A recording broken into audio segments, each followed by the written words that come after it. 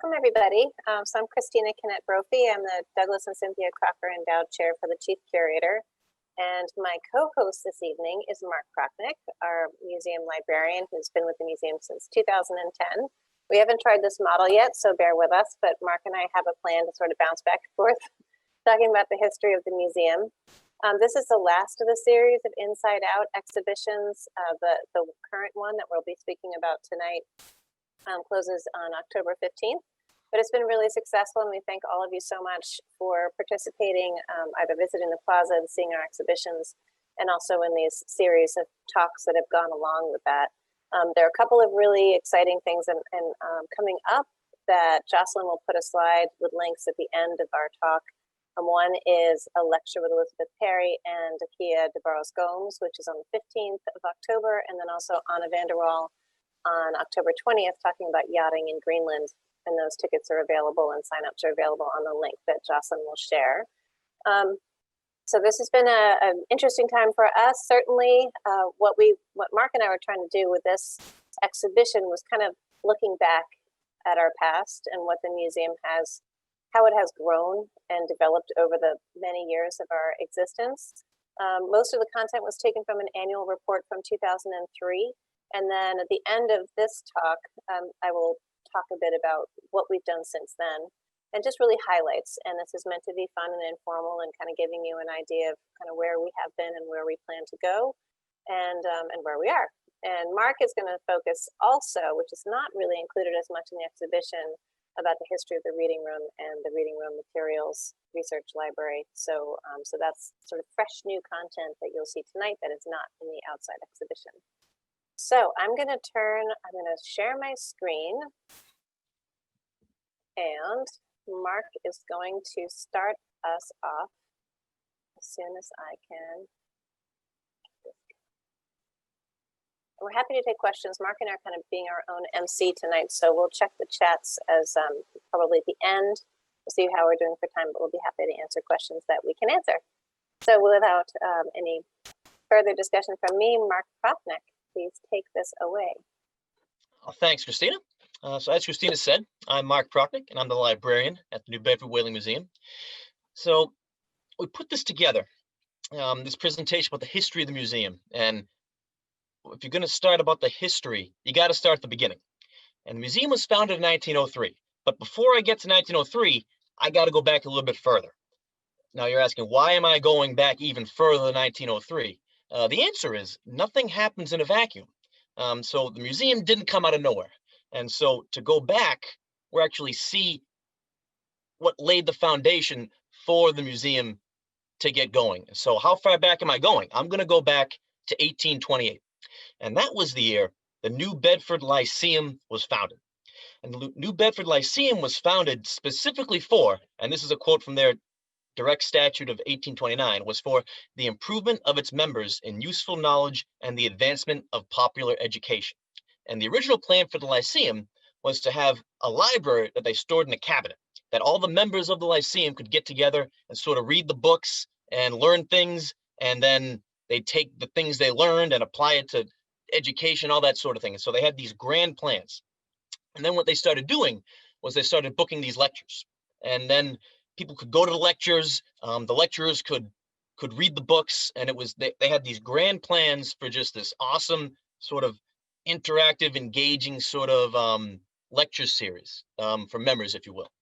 Eventually, as time went by, the lecturers weren't really members. They really came from outside the organization, and they saw the library that they had wasn't really being used. The lecturers came in, they knew what they wanted to talk about. They didn't use the books for research. The members only showed up for the lectures. And that was sort of what the Lyceum became. And then in 1903, when the Old Dartmouth Historical Society was just getting its feet going, just getting going, hitting the ground running, the Lyceum decided that the Old Dartmouth Historical Society provided the best opportunity in New Bedford for the improvement of its members in useful knowledge and advancement of popular education. The exact mission what the Lyceum was created to do. So because of that, the Lyceum transferred all of its membership and their funds directly to the Old Dartmouth Historical Society. And that's where all the early content and members came from. And so I have the original charter signed in 1903 on the screen for you. It's a fairly old document, faded a little bit, but I want to read that last handwritten section there. The Old Dartmouth Historical Society was founded for the purpose, and this is a direct quote from the document, for creating and fostering an interest in the history of the territory included in Old Dartmouth, to wit, the territory now included in the city of New Bedford and the towns of Fairhaven, Acushnet, Dartmouth, and Westport, of promoting historical research, of collecting documents and relics, and providing for their proper custody. So with that mission statement right there is why the Old Dartmouth Historical Society was founded in 1903. That's the birth of the museum. That's what the museum was founded for. That's what we're founded to do. And we still do that. Now, in 1903, the museum received its very first donation. The first donation was actually a book, which was, I think, very appropriate given how important the Lyceum valued having a library. But we didn't just receive any book. We received Daniel Ricketson's personally annotated copy of The History of New Bedford. Now, why is that such an important book, other than the fact it was the museum's first donation? That was actually the very first printed history of the region. And now, Daniel Ricketson was an interesting character. Seemed like a really cool guy. He actually passed the bar and he practiced law in New Bedford for a few years. He kind of got bored with that, kind of realized law really isn't my thing. This isn't really what I'm cut out for. Then what he did was he retired to sort of writing, philosophy, and he kind of spent a lot of his time in a little shack he called a shanty near his property in Brooklawn. And so he actually communicated with all the movers and shakers of the world. He shared correspondence with Henry David Thoreau, Ralph Waldo Emerson, William Lloyd Garrison, Oliver Wendell Holmes, John Greenleaf Whittier, to name a few. I'm not just name dropping and I'm not making that up. We actually have in our collection Daniel Ricketson's papers, and I can say for 100% certainty that he did share correspondence with all those people, and they are in the collection. So he was actually really with the in crowd, and that's why this donation of his personally annotated copy of A History of New Bedford is such a significant piece for the region, and it's so awesome that became the first collected item by the society. It really, really was a very important piece for us to have. And it's really, really cool that we do have it. And that's what started the collection. But in order to store a collection, you need some buildings to do that. And I think Christina has a few things she may want to say about that. Is that right? I do. Awesome. So I wanted to show you a few slides from the exhibition, and then we have some more to share that I took from my phone that are not quite as exciting. But this is the first building that the Old Dartmouth Historical Society occupied, the Masonic Building on the corner of Pleasant and Union Street. So originally, ODHS rented the space, several rooms in the space for $500 a year in order to hold meetings and to store and exhibit artifacts. And we have a great picture of the inside. But I love this shot. I took this one earlier today, and if you know, so the building is still there. It still looks virtually identical except for the horse and buggies. And if you know where the New Bedford Police Department is, this is right next door to that. This is an interior shot of the Masonic Building exhibition hall that by 1904, they had 672 members. And they'd had quite a few generous contributions to the permanent collections and promises for those as well. By the following year in 1905, there were over 560 gifts of objects and 787 objects on loan. This photo was actually taken in 1903. I've been trying to sort of, and actually Mary Jean, you could probably help me with this. I saw you were on the call. And Carl Cruz also identifying some of these paintings to see which ones are still in the collection. I want to reiterate too that if you want to really dive deep into these photos, they're really cool. And Mark has boxes of these in the library. So make an appointment with Mark if you want to come in and check these out because there are hundreds and hundreds of really wonderful photos. We had a hard time picking which ones to show. So one of the problems, of course, for ODHS was having a permanent home and a permanent place to store and exhibit rather than paying rent. And by 1904, having 672 members, they were able to start thinking about different types of models for their future. So in 1906, the first president of ODHS was William W. Crapo, announced that an anonymous donor had offered the society the Bank of Commerce building on Water Street. So if you look at the slide on the left, you'll see that there are sort of roof decorations, finials sticking up from the roof. That's that building, which is now houses the Shapiro Gallery and the Wattles Family Gallery and all the galleries upstairs. So that was donated in 1906, but it turned out later on that it was donated by Henry Huddleston Rogers, who was an oil baron and hugely popular and famous in Fairhaven for being one of its greatest benefactors and builder of many of its buildings. But this is a wonderful here and then. The one on the right is by Bob Roches. I'm giving him some photo credit for that one. So you can see how the block has changed. And I don't know the history of why the finials were taken off. It actually was quite more dramatic looking in its early days. So that is 1906. The photograph is actually from 1934. And then around the same time, this photo was from 1931, but the Rogers Building, as it was called then, this is a view of what is now the Wattles Family Gallery. So this was refurbished for $600, which is really kind of astonishing when you think about it. I know that was a lot in its day, but my word, things have changed. So this space was renovated to be an assembly room, whaling artifact gallery on the first floor, and you can see some evidence of that here. It's changed actually not that much. So please go in and take a look at the building space. It's really wonderful. I was trying to find the same exact angle today, and I forgot to take one when I was in the museum, but most of you are familiar with the space. You can see the marble floors where the customers of the bank would come in from Water Street, and then to the left, which you can't see in this photograph, is a wooden floor where the employees would stand, and there's a fireplace back there to keep them warm. And then through that alcove and to the left is the president's office, which is it's now a gallery, and it's absolutely stunning building. On the second floor, there were additional galleries, a colonial room, a South Sea Island room, a textile room, and a photography room. And Mark and I were trying to find photos of those, but without much success.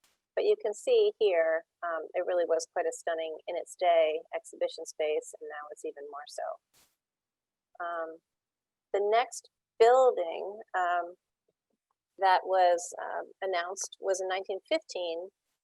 Then curator Frank Wood announced that Emily Howland Bourne's $75,000 gift would go towards building a soaring church-like structure on top of Johnny K. Cale in honor of her father, Jonathan Bourne, to house a half-scale whaleship model and become really the first formidable museum building purpose-built for the New Bedford Whaling Museum.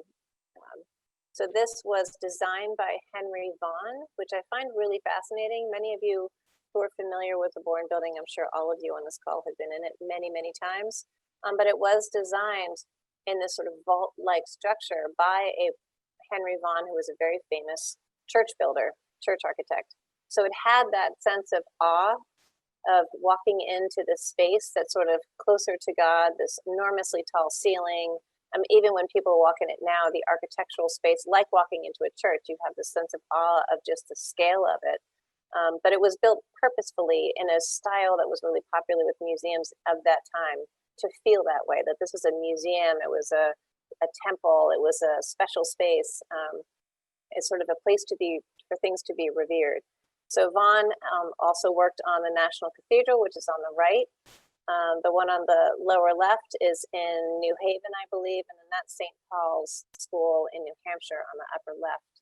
So he was quite a well-known church architect and was, I think, specifically chosen for that purpose, not only because certainly of the kind of feel of the space, but also that you're putting this giant ship inside the building and it's perfectly built, perfect shaped space for that kind of construction. So the building of the LAGODA is here in these images on the left. That's a later image on the right. It's the first interactive in the United States, as far as we know, but it really was an extraordinary building. And if you get a chance to, I'll try to, when Mark's talking next, I'll try to find the link to it, but the Old Dartmouth historical sketches are all digitized. And you can actually read all of the reports throughout the years in the early days that talk about all of these buildings and who was involved. And it's really fun to read, at least for us. So I'll put that link in the chat when Mark's talking next. Which is right now. Which is right now. So Christina touched on the building of LAGODA, which is a very, I mean, argue one of the most iconic collection pieces of the museum.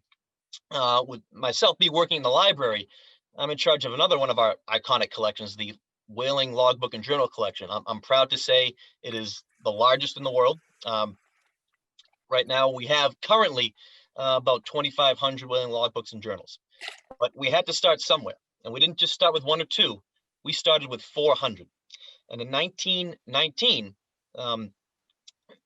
Andrew Snow Jr.'s estate bequeathed all of his logbooks and journals and his whaling notes, basically his entire whaling collection, to the museum. It came with 400 logbooks and journals, jump-started a logbook and journal collection, and that was in 1919. Now, I know you're looking at this picture here, and you're thinking, look at the condition of the volumes. Some are spread out, some are spine up.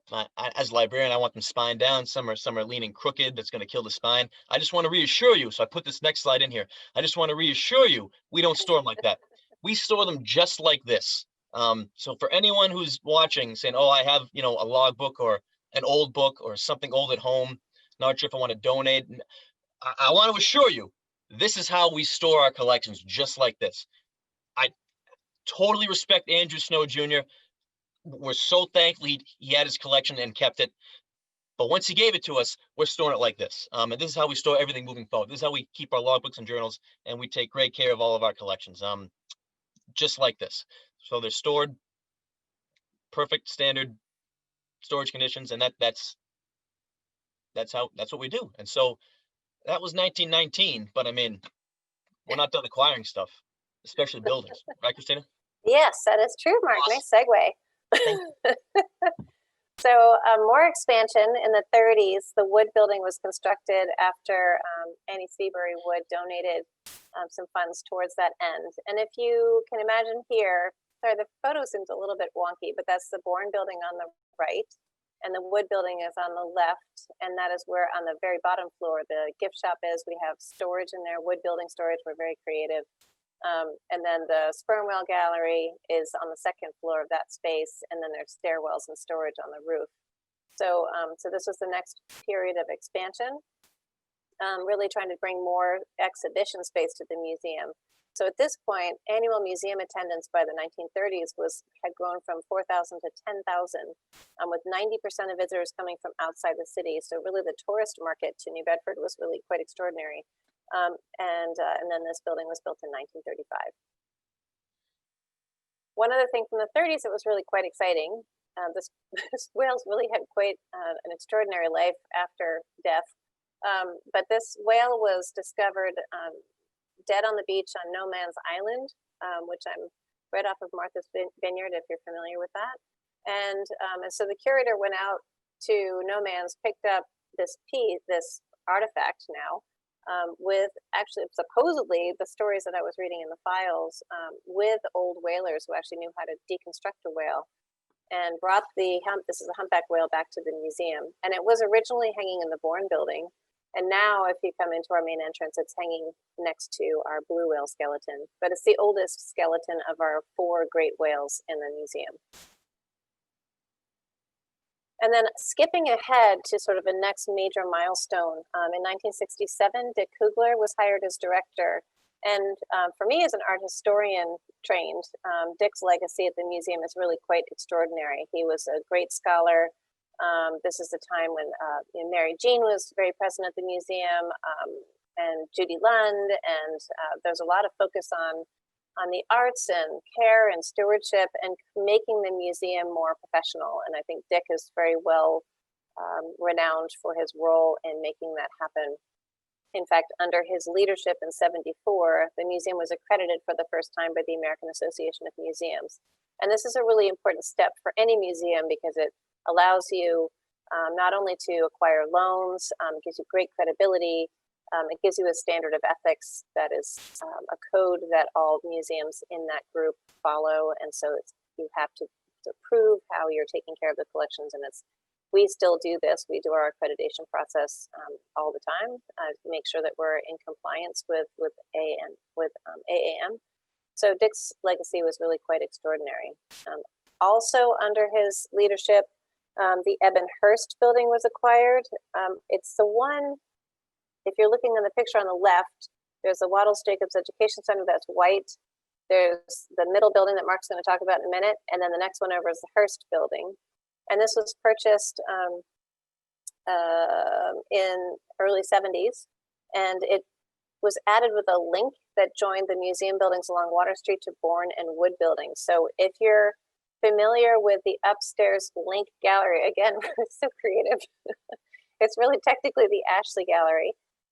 It's a hallway that goes from the Whale Skeleton Gallery, the Jacob Family Gallery, over to the new building, and that really was created in an alleyway as a link, and it's now an exhibition space.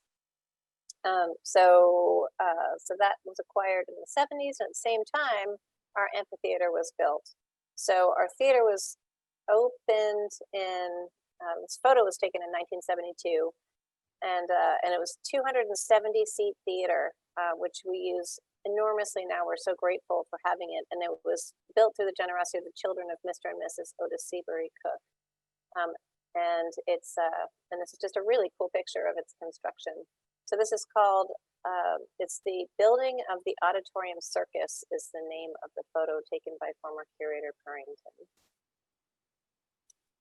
And to connect, a lot of the things that we're doing today really started back during this period of time in the 70s. John Boxtos, who is a world-renowned scholar on the Arctic, started a major project looking at bowhead whales in the Arctic. And this is his ship, the Belvedere, with which he's done many extraordinary adventures, and he's written amazing books about his time up in this area. He's crossed the Northwest Passage in an Umiak. He's crossed many different Arctic seas with Belvedere. If you haven't read Arctic Passages, it's probably one of the greatest adventure stories ever told. But with his help, the museum raised their credibility in addressing the 1970s focus on whale conservation.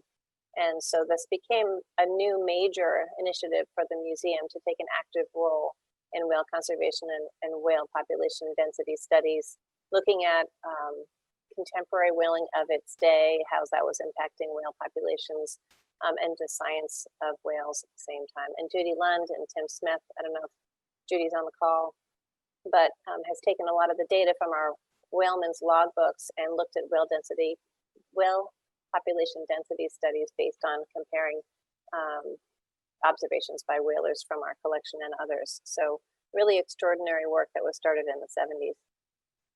So this was a terrible incident where, and Mark's going to address some of the implications of this. In January of 1977, there was an enormous gas explosion, which ripped into two wood frame buildings owned by the museum and blew out the windows of the LAGODA room, which you can see here. And we do have many more photos of the reconstruction of this area, which is really quite beautiful and extraordinary. And it destroyed the Sundial building, which is now on the corner. It's on the corner again, I should say, on the corner of Water Street and Union. And that's where a lot of our current administrative offices are. It'll show up in other pictures later on. And at the time, Sundial was owned by State Fruit, and then this incident ended with Whale's acquisition and extensive restoration of the Sundial building and its eventual transfer to the museum. Several years ago, the whole thing was really rented out and then also used for storage, and part of our main building of Wattles Jacobs Education Center was also restoration of that space to become offices and allow us to take over the whole city block. So Mark. Yes. Okay. So the gas explosion in 1977 was a very, very significant event for the museum. I'm going to get to what happened after that. All good things happen after that. I want to go back a little bit more. We talked about, well, Christina did, the buildings that were added to the museum, but I want to go inside the buildings a little bit to show you exactly what's going on with the collection, how things are shifting around, excuse me, and how one thing sort of leads to another. So the photograph on the left, the man on the right, that's Philip Purrington, curator, longtime curator at the Old Dartmouth Historical Society. And the library collection, for the most part, was under sort of the direction of the curators. So William Tripp, and then Philip Purrington after him.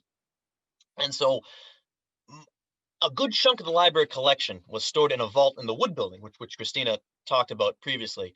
But the picture on the right is Philip Purrington's his office, where he stored a lot of the library collection, the books, so we could get at them to do his work. Howard Nash actually served as the museum librarian under Purrington, and the man in the picture with Philip Purrington is not Howard Nash, but instead it's Thomas B. Card, who was the ODHS president. Well, I don't have a date on that picture, but I do know that Thomas Card served as the president from 1958 to 1962. So that picture was taken at some point in that date range. So I want you to look at that picture and you'll see how the books are stored. You'll see how much storage space there is, and you'll see how much books there are. And I'm going to tell you, in 1975, the museum got a huge donation by a man named Charles Batchelder. And he was a sort of a whaling historian, and he had a huge collection of whaling books. He had some log books, there was some manuscripts, some research notes there. So what he did was quite extraordinary. What he did was he took basically every single whaling voyage that he could find any information on, and he'd note on these index cards any information about that particular voyage. And there's drawers and drawers of these index cards that we house in the library. They're actually in the reading room now. So that came with the collection. So basically, I'd say it was over 1,000 books that he donated, plus log books, plus these research notes. That little space wasn't going to cut it. So there was sort of some talk about, we need some more space to store this library material, some more space to store the collection. Then in 1977, the gas explosion happened. And when you read descriptions of the explosion and how it affected the museum, there's a line that usually comes up. And that line is something along the lines of, never before had the museum's collection garnered as much significance with the public as in the aftermath of the explosion. It's a line something to that. So now the public, in light of this disaster, really kind of got to know, oh, the museum has a collection and it's worth, preserving, worth protecting. So that plus the large space needed for the library collection sort of gave birth to this building right here. What we're looking at in this picture is the very first library building. The museum's always had a library collection all the way back to 1903, but it never had a dedicated building to house the library collection. This building is going to do it. They raised about $1.5 million to construct this building. And inside the building was really doing three things. And there were the three core things that any library, including ours, needs. So on the next few slides, we're really going to get into what the inside of this building looked like. Right here, first and foremost, collection storage. What a contrast for how this storage looks with how, say, Andrew Snow's Jr. storage looked, or how the books were stored in Mr. Purrington's office. This is an entire floor dedicated to library storage. And that's exactly what's going on there. You can see a sort of behind the scenes shot of what library storage looked like in 1981. So that's pretty cool. Not too many people get to see that. And on the next slide, this is even cooler. This is library in action. So it's one thing to have a collection, okay? But it's another thing entirely to be able to catalog it and process it. So what you're looking at here, this is actually an NEH grant, a grant-funded project the museum got from 1981 to 1983 to actually catalog and process all the manuscript material that was accumulated throughout the museum's history.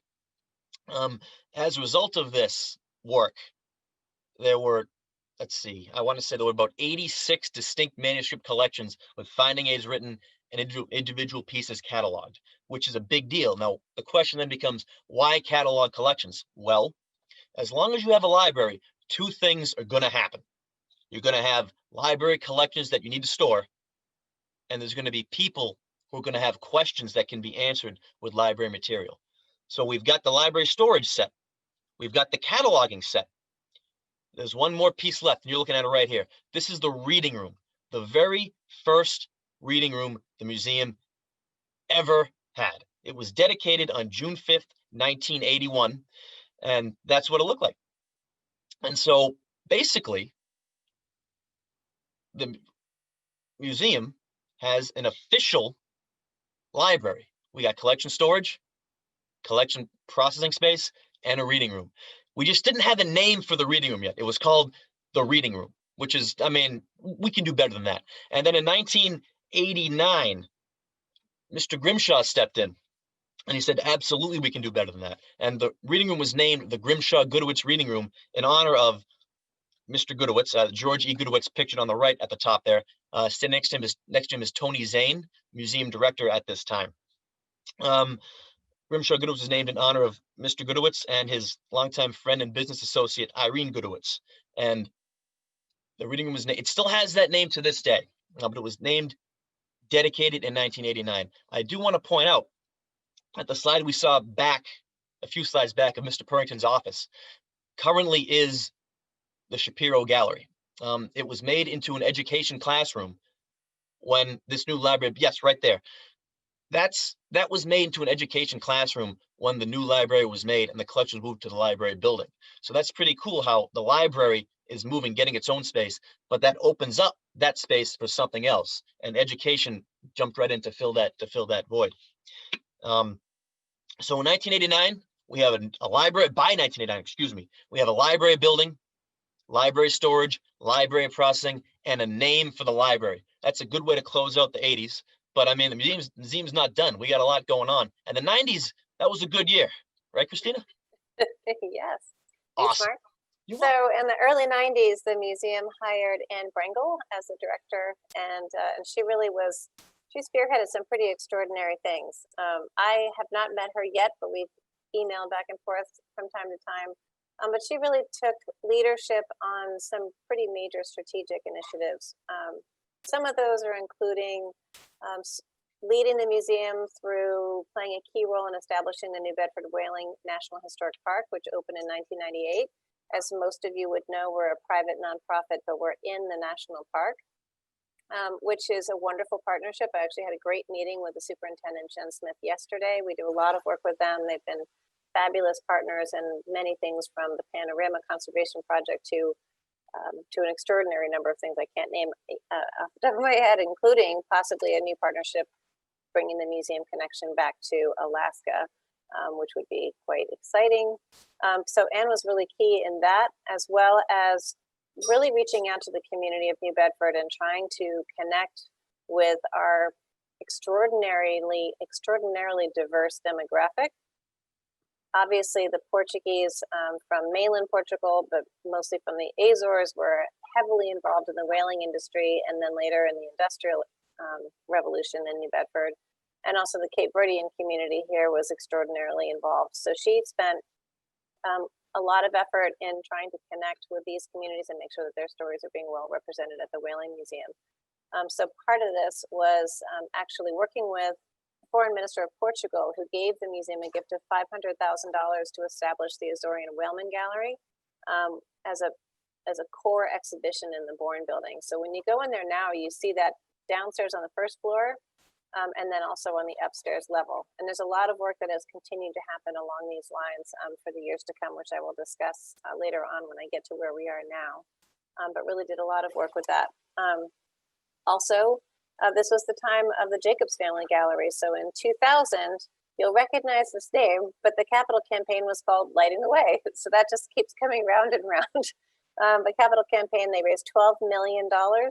It was the largest expansion in the history of the museum, which is a new wing with our lobby, a new long-term family-oriented exhibitions, and this multi-purpose entrance plaza. And it really kicked off with Irwin and Joan Jacobs giving an extraordinary gift of $1 million, which was the biggest gift the museum had received at that time. So this is a picture from about 2000. You'll notice that it looks pretty much the same, although some of these trees have gone, some of them are bigger. We have some wonderful pictures of this plaza when it was actually a garden. So those are in Mark's repository that you should go check out when you get a chance.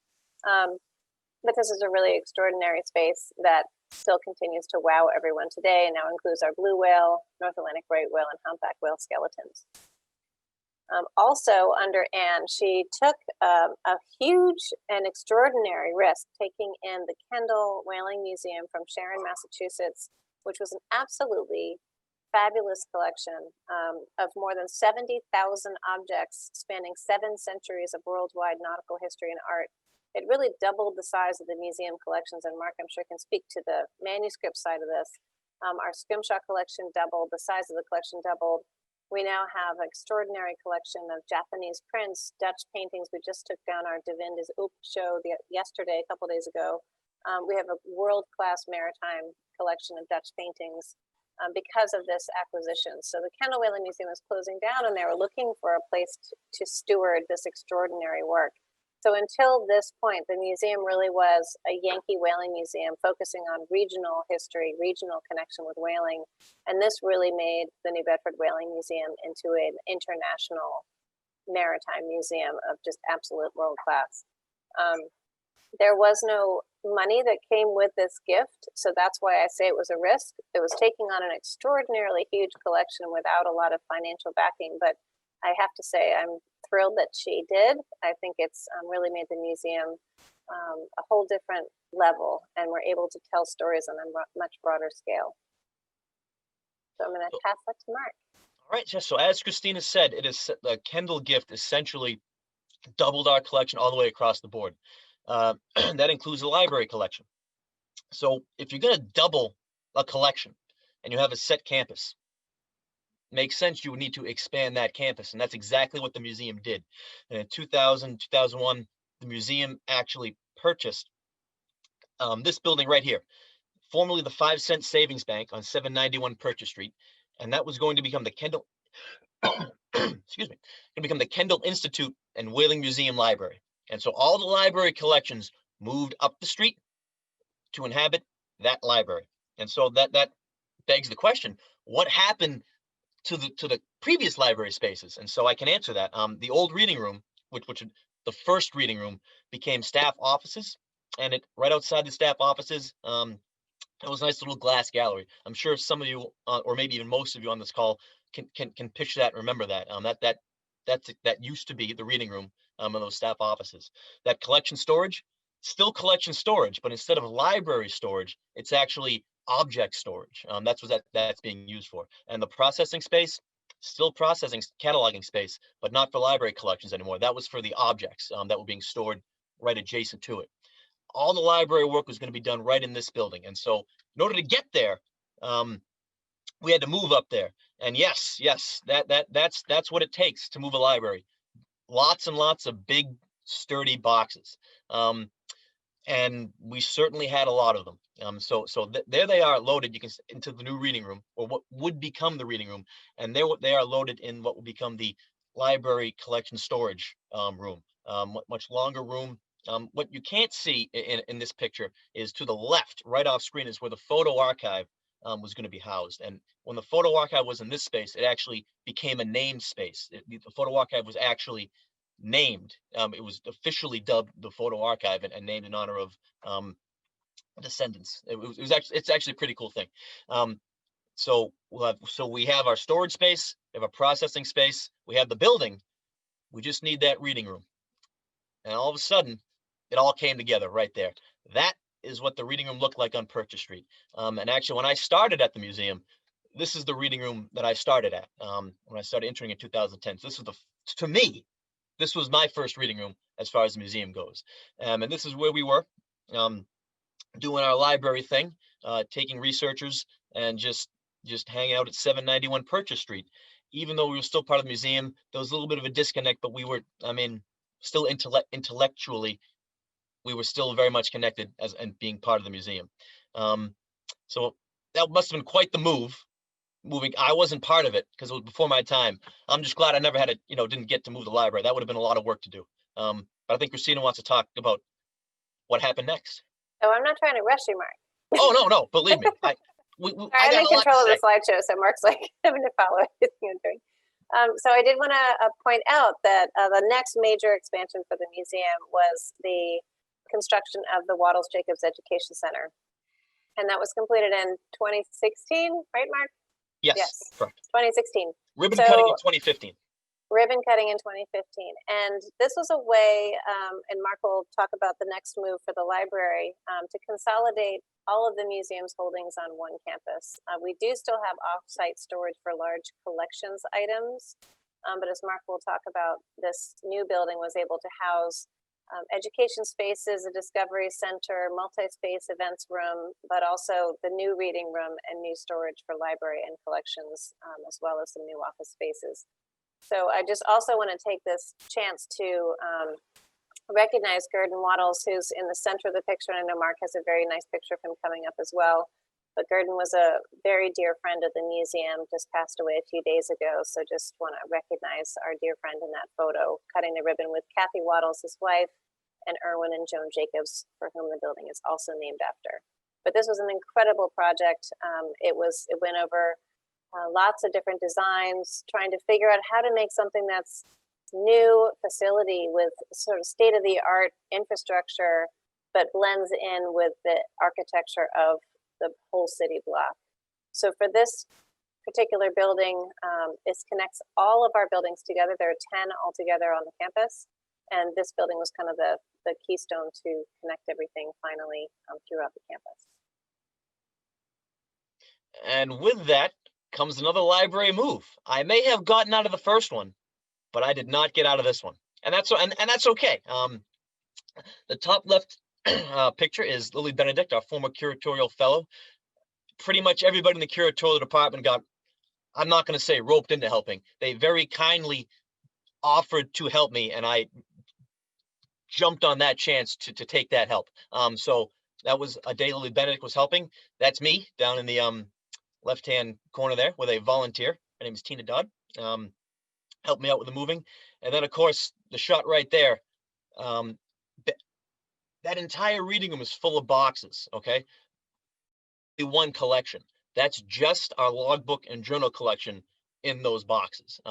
So if that will kind of give you a sense of the scope of how large the library collection actually has grown since its very first it went from one book in 1903 to an entire building's worth that requires multiple rooms to store. I think that's quite the accomplishment, and that's great to say and it's great to talk about. Might not be as fun to pack. It actually took 11 months. I remember I started in July of 2015. We were moved down by March, and we sold the building, which is now the restaurant Greasy Luck. I'm not plugging any restaurant. I'm just saying, it's now the restaurant Greasy Luck. So, that's what the building is now. It's a restaurant. So when the reading room moves on down, 11 months later, at the annual meeting in 2016, we have the dedication of the current reading room, the third iteration of the Grimshaw Goodowitz reading room in the museum's history. You'll see in the picture there James Russell, museum president at the time, or museum director at the time, Carol Taylor, board chair, Arthur Parker and his wife of the Grimshaw Goodowitz Foundation, Bernie Taradash and his wife of the Grimshaw Goodowitz Foundation, and Gurdon and Kathy Wattles. He's the Wattles in the Wattles Jacobs Education Center. Without him, we wouldn't have the current reading room that we do. So we're very, very thankful for that, among other things. But we're for this particular slide, we're thankful for his donation to that building that can house the reading room. And so there's the dedication. What's the actual reading room look like for people that haven't been in there? That's what it looks like for people that have not been in the reading room. That's the current reading room. Pretty much looks exactly like that now. I have a different painting up there now, but that's where we're at. And so we're all on one campus now. Collection store, I don't have a picture of collection storage. I do want to point out that we have sort of an ambitious goal set for getting compact storage for the entire library collection. We have compact storage for a part of it, and that was installed when we moved in 2016. We're working on getting funds and getting fully compacting that out. I think it's going to be a really, really cool thing to say the entire library collection is on, high-tech compact storage. That'd be awesome. You go from one book to an entire room full of compact storage. That's going to be exciting when that happens. And I'm looking forward to it. I really am. And the next time we give a talk about the museum history, I'm going to have a picture of that compact storage on there. That's so you look for it. It's awesome. But so here we are. We're all on one campus now. But I mean, that doesn't mean we don't extend beyond our walls. I mean, something about a painting, Christina, or Yeah, something there's like. something about a painting. Oh, and I did want to I ask heard you, I heard Mark. the So, stories. I heard the tell us, stories. is the reading room open now, or what? Yes, we are open now. So our hours right now are Friday from 10 to 4. We're only taking a certain amount of people at a time, because there's some stuff going on that warrants that. So please contact me if you're looking to do some research or want to stop by. I'm actually booked to mid-November. So you can get in mid-November.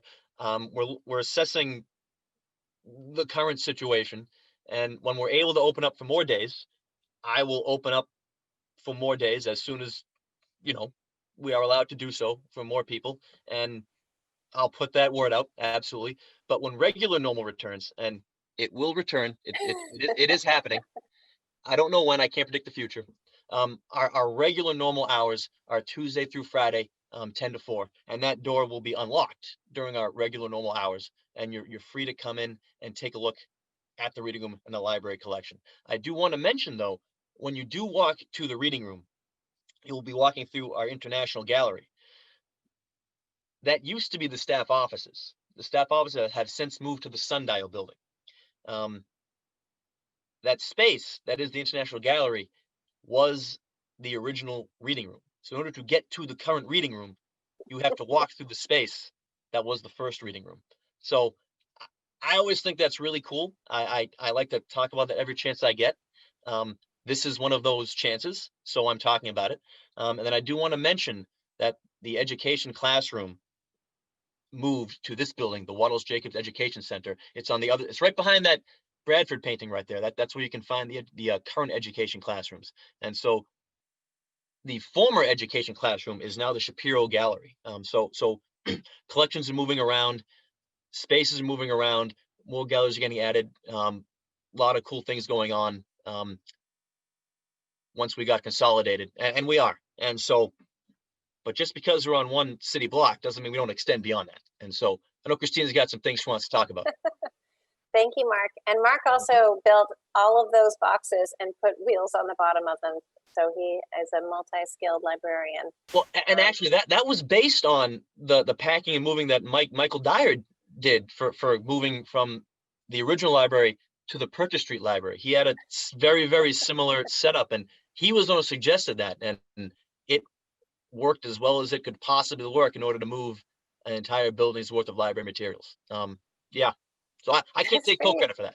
Pretty extraordinary. There's no reason for any of us to join a gym. It's true. So as Mark was saying, that's our city campus sort of evolution in a nutshell, but there's certainly a million other stories to tell, but we're trying to keep this a little bit on the short side, and I feel like we're going a little over, but I'll briefly talk about what the museum has done to extend outside of our campus and outside of our walls.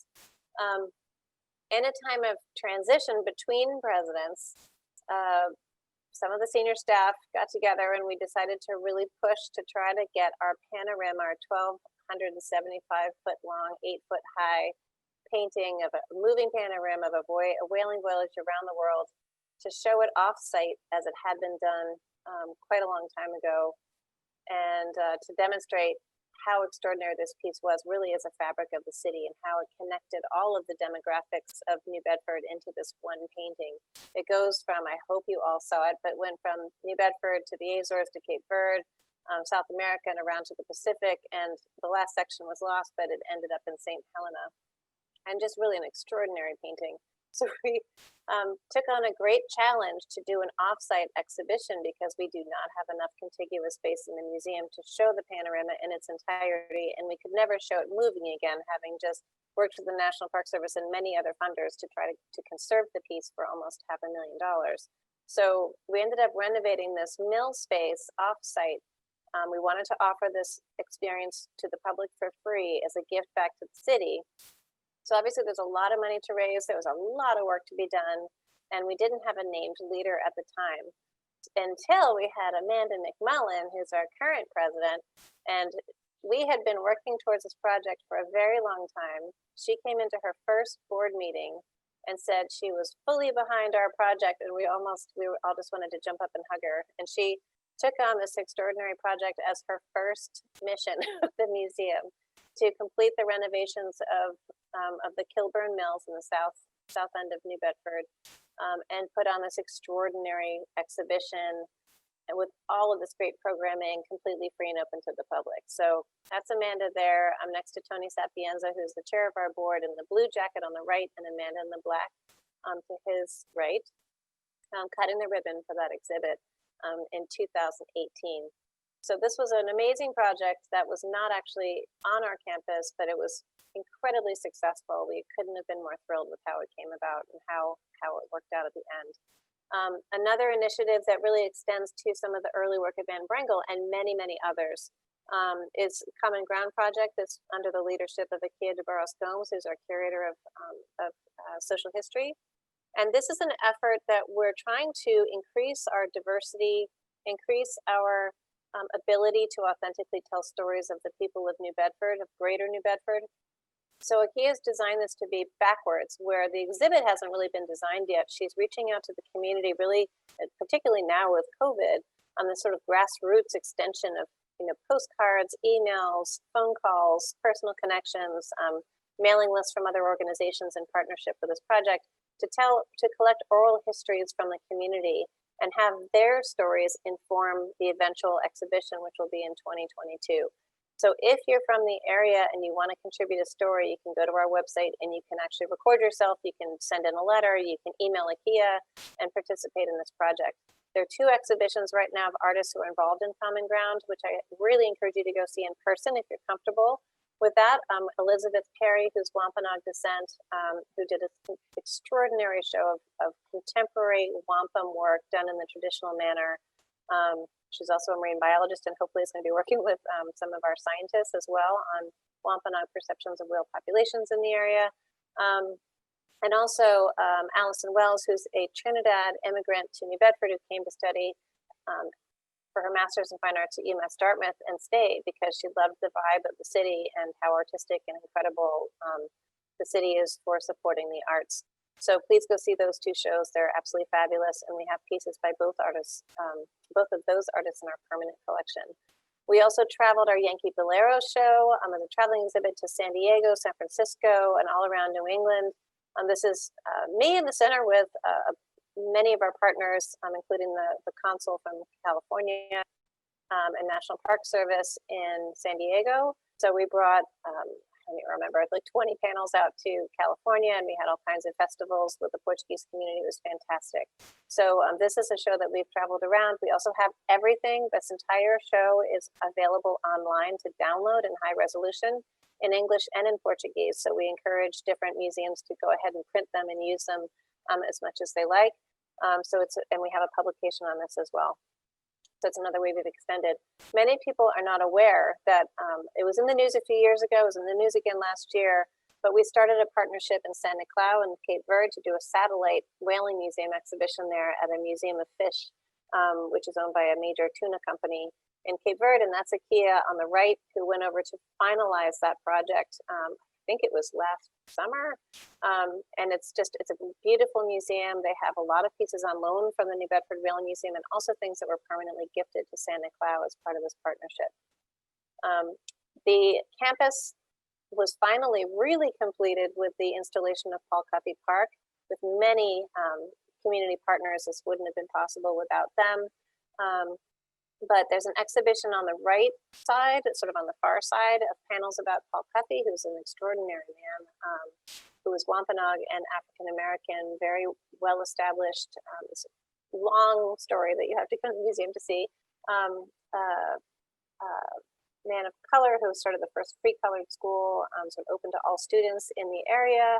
And this whole park is dedicated to him, and there's a lot of exhibition material as well. But this park is now open to the public. People can come sit there. We have weddings and events on normal days out there, but it's a beautiful completion to a long-standing project. We've also expanded our conservation story with the new exhibits in the Whales Today exhibition talking about whale ecology and current challenges to whales.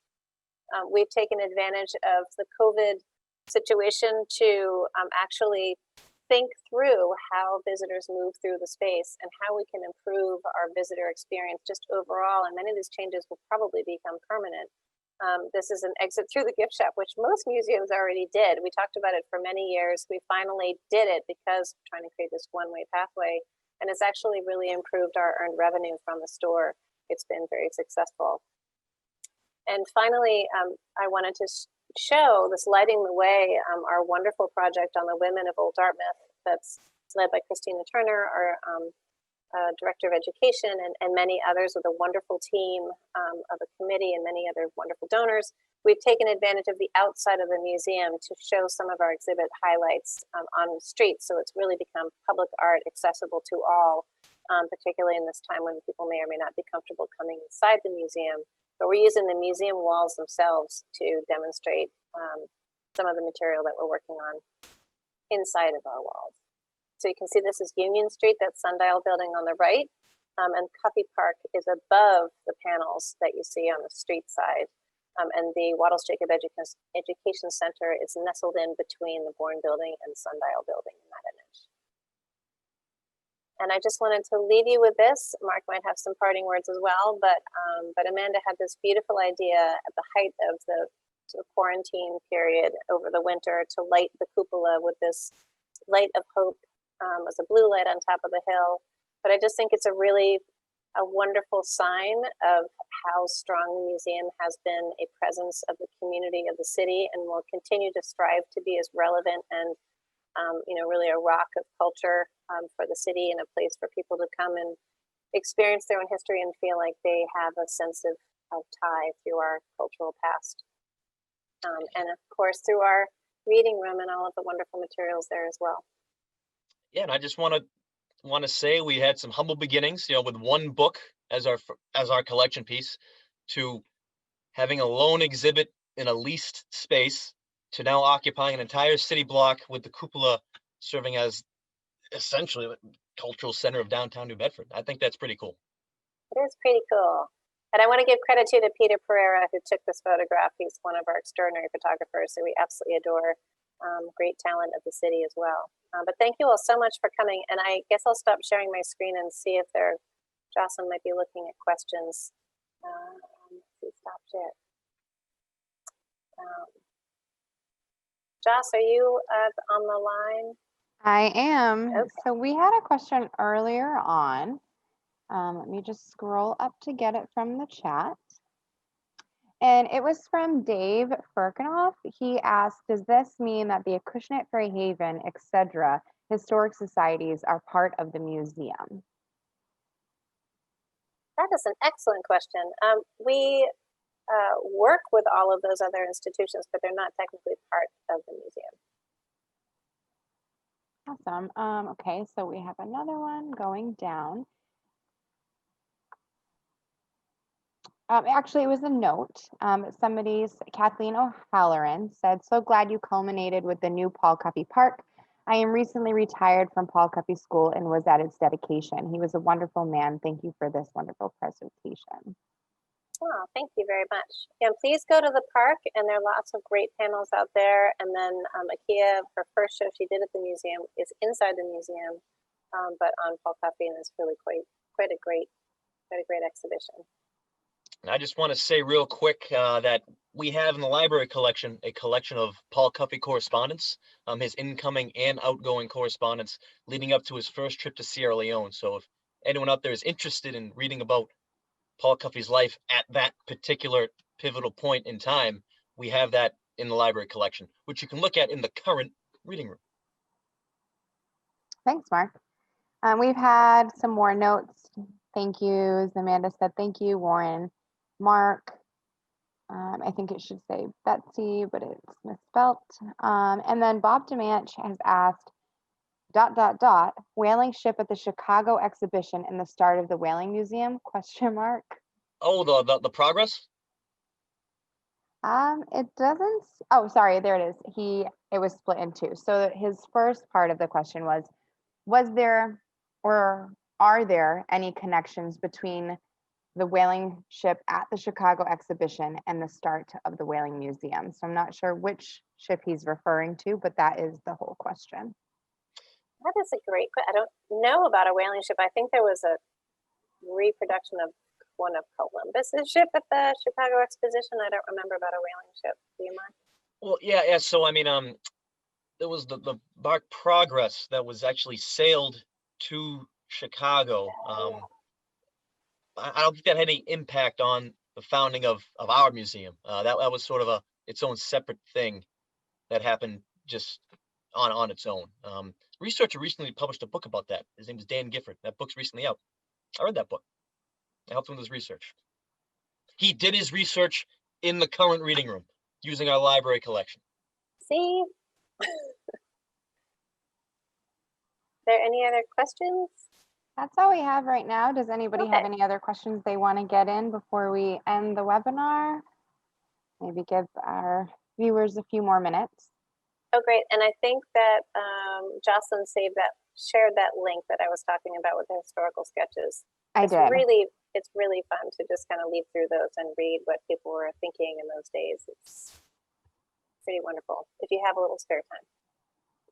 Forgive me if I mispronounce this name. Yume has mentioned, thank you for the wonderful presentation and for putting together the exhibition, which unfortunately I won't be able to see.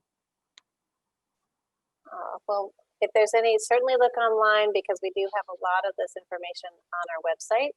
And Akia is actually going to work on doing some videos of the Paul Coffey exhibition with some of her advisory committee members.